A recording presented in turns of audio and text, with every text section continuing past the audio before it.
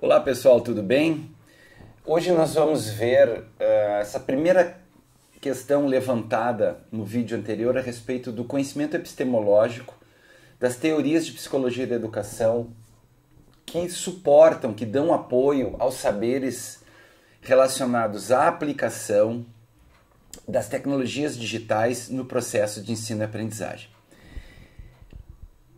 Sem eliminar nenhuma outra teoria epistemológica que possa dar conta disso, tradicionalmente, todos os estudos feitos sobre a aplicabilidade das tecnologias digitais de informação e comunicação no processo de ensino e aprendizagem se valem das teorias socio-interacionistas, ou seja, em um resumo muito simplificado, e que a aprendizagem, de maneira geral, se torna mais eficaz com alguma estrutura de mediação presente.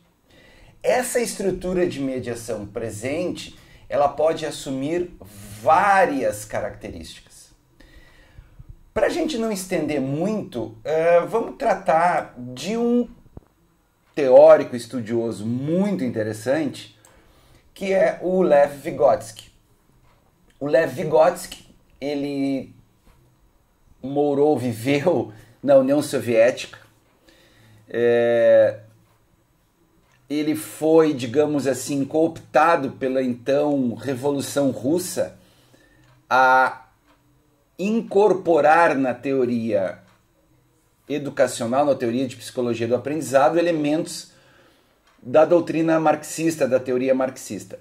O Lev Vygotsky ele tem umas características muito interessantes, porque o Vygotsky ele não produziu nenhum trabalho na realidade. O que aconteceu foi que, após a sua morte, e teve uma morte precoce, se não me engano por tuberculose, aos 38, 39 anos, o seu colaborador, o seu colega, o Alexander Luria, foi que estruturou todo o seu pensar e publicou todo o seu pensar numa obra que é a formação social da mente. É muito interessante porque, na realidade, existem fragmentos da obra de Vygotsky que foram incorporados ou que foram organizados com a liderança do Alexander Luria, com uma equipe também de colaboradores do Vygotsky. Então, o Vygotsky fala, né, como já adiantamos, que o socio-interacionismo com uma estrutura de mediação funciona como uma ponte entre o que eu sei e o que eu preciso saber ou que eu devo saber. Bom, essa estrutura, em termos muito simples também, em termos resumidos, a teoria de Vygotsky ela merece ser estudada com mais profundidade, mas para os objetivos aqui do vídeo, que são objetivos rápidos, a gente pode pensar na estrutura que ele definiu como zona de desenvolvimento proximal, foi como ele batizou isso. Ou seja, o que eu sei, o que eu preciso saber, e esta ponte é a tal da zona de desenvolvimento proximal, aquilo que eu adquiro de saber através de uma mediação. Né? É um esquema interessante porque ele é muito simples, né? Então, digamos assim, o que eu posso aprender sozinho, né? O que eu receberei ajuda para aprender, que está além do meu alcance, e aprenderei. Essa estrutura de mediação, evidentemente, que se contextualizarmos, nós pensamos diretamente no papel do docente, que é mais ou menos a estrutura que nós temos há alguns anos, para não dizer alguns séculos. Só que na estrutura primária de educação, a mediação era um pouco limitada, ou seja, à época de Vygotsky, o aluno sentava na sala de aula, escutava o conhecimento passado pelo professor ele deveria se adequar a esse conhecimento, deveria provar que adquiriu esse conhecimento através das avaliações e das provas, e aí ele ia sendo aprovado em uma escala linear.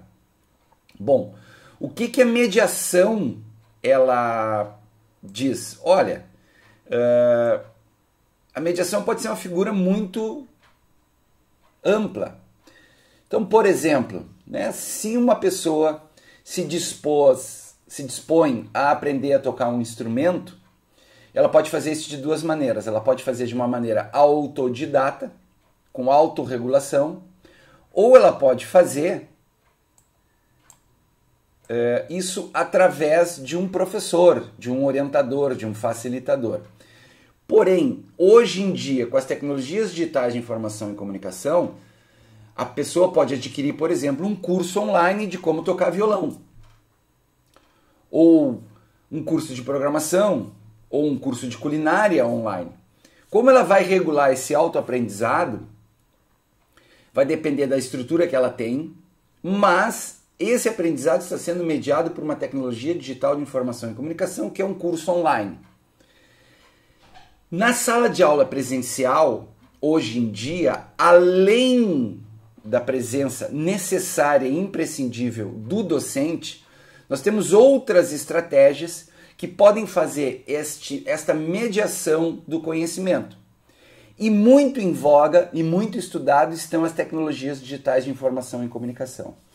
Uma estrutura interessante também que o Vygotsky propõe é a teoria do signo-instrumento, muito influenciado pela teoria marxista, ou seja, que o estudante vai precisar de um instrumento, ou precisa de um instrumento que tenha um valor simbólico para que ele possa também tentar efetivar a sua estrutura cognitiva para atingir os objetivos de aprendizagem. E nós podemos dizer, de alguma forma, que as tecnologias digitais podem ser esse instrumento de mediação como auxiliares à mediação pedagógica que o docente está praticando em sala de aula. Então, além das outras estruturas de ferramental pedagógico, e aí pensamos muito na questão da escola infantil, do jardim de infância, que trabalha muito em cima do lúdico e do saber por diversão, nós vemos que essa questão da mediação, ela não pode ser resumida aqui nesses aspectos que comentamos, ela é um pouco mais ampla. Até porque o próprio Vygotsky diz que a cultura do meio também faz essa mediação. Não só o Vygotsky, mas como outros socio-interacionistas, como Piaget, que futuramente veremos. Mas por que nós destacamos, por que damos holofote ao Vygotsky aqui primeiramente?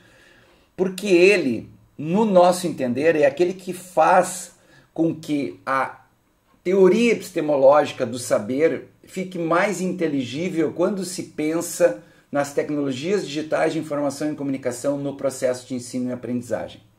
Nós veremos outros teóricos também aqui de forma resumida, mas o holofote no Vygotsky é porque ele, basicamente, no meu entender, dá um caráter mais prático para isso, ou seja, bom, todo o processo de aprendizagem é mediado, essa é o arcabouço maior. Muito bem, mediado por quê ou por quem?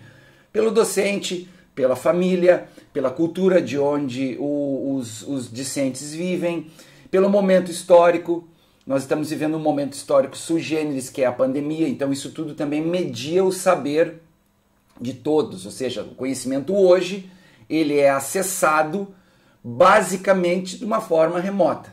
Então, isso também media de uma forma mais dramática os saberes, a busca do conhecimento, a transformação do conhecimento em inteligência.